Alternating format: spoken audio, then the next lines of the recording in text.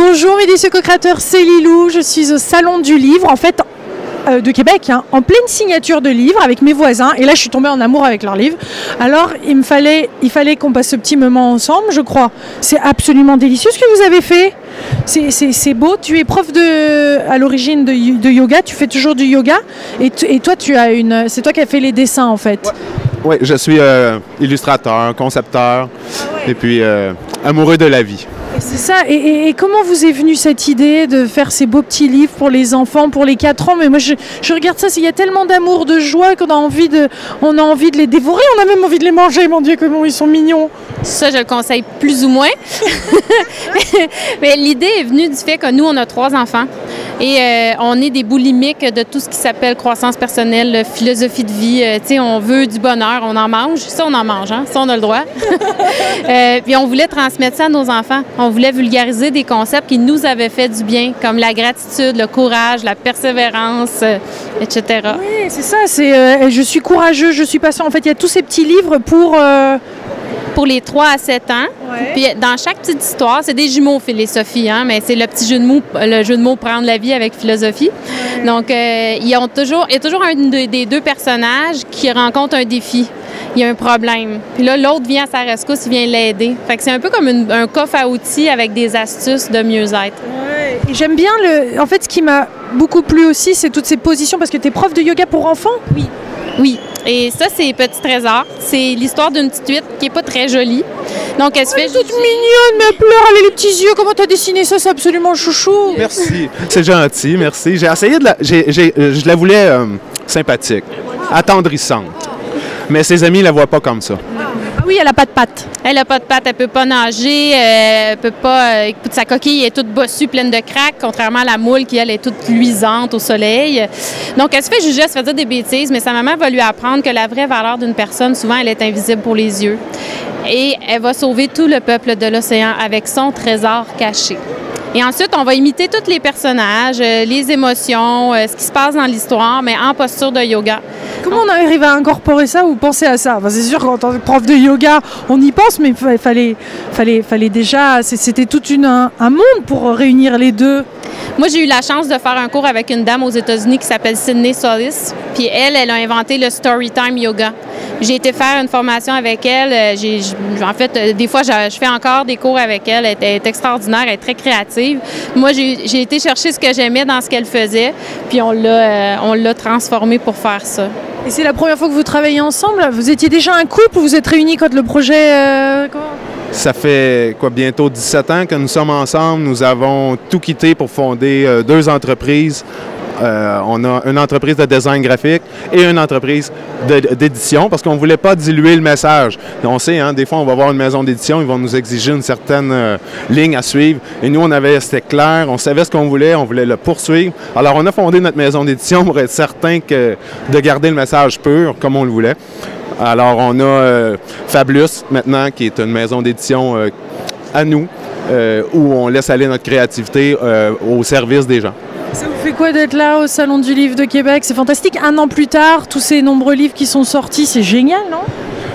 Oui, c'est extraordinaire. Ça fait 2 ans qu'on fait la tournée des salons du livre et plus ça va, plus on se sent à l'aise, plus on se sent à notre place. Au début, c'est un peu intimidant parce que là, tu vois toutes sortes de gens très connus. Puis là, plus ça va, plus nous aussi, on a la chance d'avoir des petits fans, là, des fans, des professeurs, des éducatrices, des enfants qui nous reconnaissent. Puis, c'est philosophie, ça n'a pas de prix, c'est fantastique. Qu'est-ce qui fait la différence? Parce qu'il y a tellement de personnes, je suis sûre, qui veulent avoir leur livre ou faire quelque chose aussi qui va aider les autres. Quel a été pour vous le moment d'un petit déclic peut-être ou un conseil, quelque chose? Il y a toujours quelque chose que nous-mêmes on a besoin, qu'on doit aller chercher. Puis je pense que la belle façon d'aller chercher, c'est d'apprendre, de toujours être à la quête de tout, dans le fond, mais aller chercher. Puis un coup qu'on l'a, c'est de le redonner. Je pense c'est en le donnant même qu'on apprend. Je pense davantage que juste en lisant un livre. Si on va chercher notre matière, mais si on approfondit encore plus, puis on le partage, ben nous-mêmes, ça nous fait du bien et on fait du bien aux autres aussi. Ça fait partie un peu de la philosophie yogi, hein? Totalement. Dans le fond, les contes yoga, c'est une chose, mais la collection philosophie, même s'il n'y a pas de yoga dedans, toutes les valeurs qu'on veut apprendre aux enfants, toutes les attitudes positives qu'on veut leur apprendre, ça fait partie de la philosophie yogique, là, la gratitude, la vérité, la franchise, la patience. C'est vraiment très yoga, mais là, on le présente d'une façon plus philosophique. C'est bien de planter ces petites graines-là tôt, jeunes, parce que c'est ce qu'ils vont être plus tard. Hein. On nous a à peine assez transmis ça, nos générations. On a envie de le donner maintenant. Hein. C'est ce qu'on se disait. Moi, si j'avais eu ces outils-là quand j'étais petite, j'ai pas eu une enfance facile, comme bien des gens.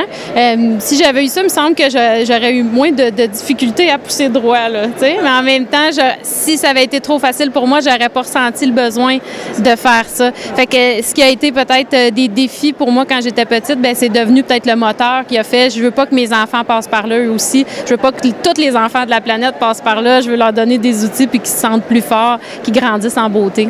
Donc toi, tu écris, toi, tu dessines. Et comment tu arrives à faire dans le dessin, à faire passer ces émotions-là? Et c'est quoi Parce qu'on le sent quand on voit ces petits...